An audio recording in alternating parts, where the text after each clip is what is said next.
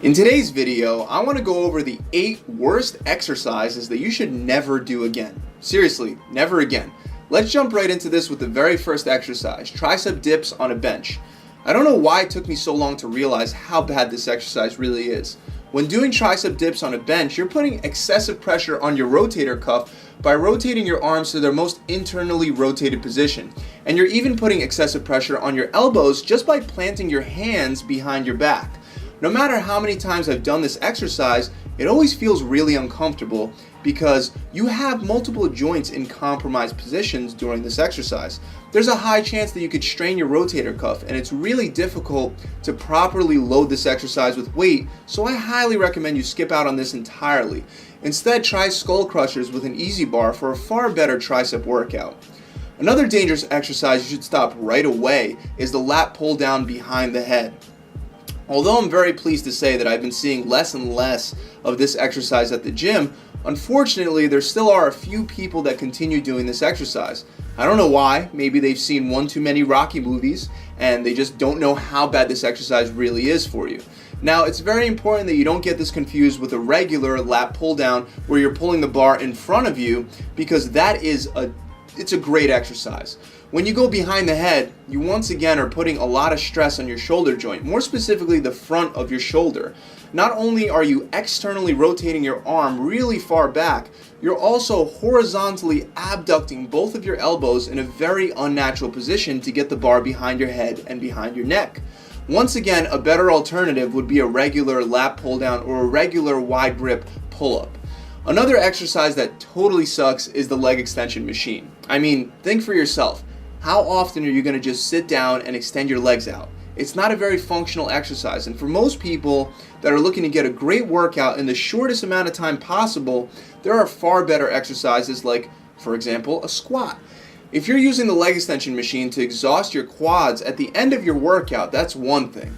But if you're the type of person that's moving from machine to machine, and you go from the leg press machine to the leg extension machine to the leg curl machine, you're going to be way better off just skipping all those machines and doing squats, deadlifts, lunges, and actual functional exercises.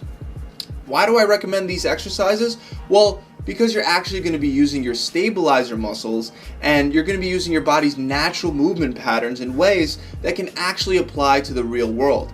Getting really strong at doing leg extensions, even if you max out the stack, pretty much means nothing. If you get really strong at barbell squats, that can serve as a benefit to almost every sport and every functional activity. Next on the list, we have upright rows. This exercise is done to develop the shoulders and the traps. Barbell upright rows are actually worse for your shoulder joint than dumbbell upright rows because your hands are locked, forcing you into an unnatural range of motion.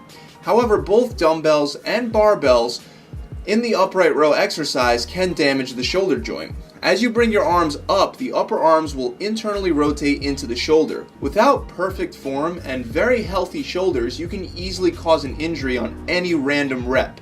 This risk isn't well warranted either, because there are much better exercises for your shoulders like Arnold presses, lateral raises, and frontal raises, just to name a few.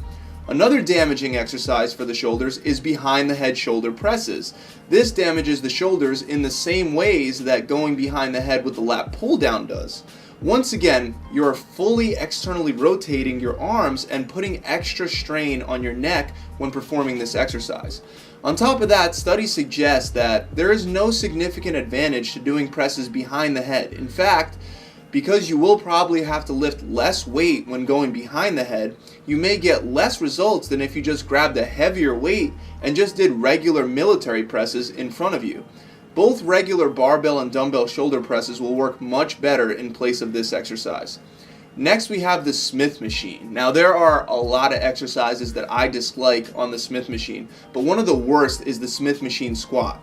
Why do I say that? Well, first of all, whenever you use the Smith machine, you're taking all the stabilization and most of the functionality out of the exercise. When doing regular squats, you engage your core for stabilization in a way that can give you more results than most forms of crunches.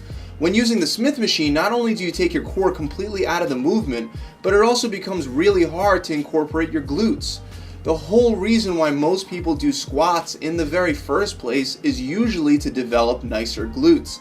Instead, when you use the Smith machine, you'll be mostly working on your quads. Also, by not allowing your hips to rotate with the movement like a regular squat, your back stays perfectly straight and almost perfectly perpendicular to the ground, which can lead to a lower back injury. This once again defeats the purpose of doing this exercise because most people think that the Smith machine squats are a safer alternative to regular barbell squats.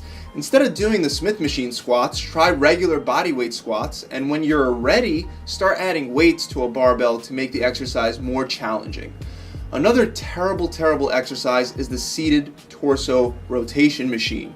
Forget about the fact that it's locked into a range of motion, which decreases the stabilization benefits of this exercise, but it also puts a lot of strain on your lower back. When you rotate your spine, your hips are designed to rotate as well, but most of these machines prevent that from happening, leading to an injury. Instead, doing something like Russian twists or cable rotations will work much better without increasing your risk of injury. Even though I can go on and on with the exercises that I don't think you should be doing at all, like all the ab machines at your gym, you should probably get rid of those, I want to give you one more major one that I see leading to injury all the time. The hip abduction and adduction machines at the gym are responsible for so many hip injuries and lower back injuries that they should be thrown out and banned from every single gym on planet Earth. Seriously guys, first of all, let me start by saying if you have a little extra fat on your inner or outer thighs, there's no way to target that area for fat burn. You'll experience fat loss across your whole body when your diet is set up correctly. Fat loss aside, this exercise is plain dangerous because you're lifting a weight in a way that your body doesn't normally move in life. Most people like to proudly rack up the weight load and lift a very heavy load on this machine, but lifting a heavy load on this machine can strain your spine and can make your IT band so tight that it could throw your kneecap out of alignment. I have multiple clients that come from big box gyms that experience lots of lower back pain and hip problems after doing this exercise. In all, this is one that's definitely worth skipping. That's about it, guys. That wraps it up. I really hope you enjoyed this video. Make sure you subscribe to this channel and also check out my website, gravitytransformation.com, where you get a fully free challenge as long as you're willing to stick to the plan and actually make a real transformation. See you guys soon.